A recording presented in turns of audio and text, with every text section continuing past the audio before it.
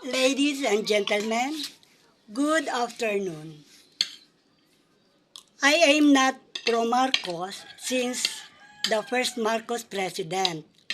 But then I was watching PTV4 yesterday, and Bongbong was on television in his speech.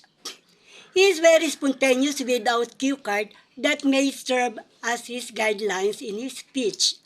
He is such a good speaker, and I know and I feel he is in the guidance of the Holy Spirit while talking.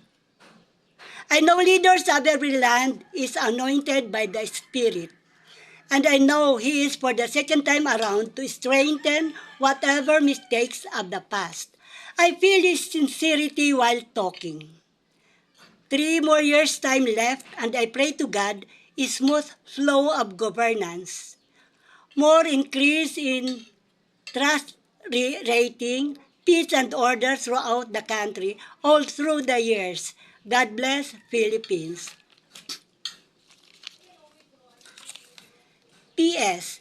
Before I started to find out that Marcos and his good deeds, more than 3 years, I am an avid reader of Amy in her tabloid column, and everything in her is good, beautiful, and I am an Amy fan.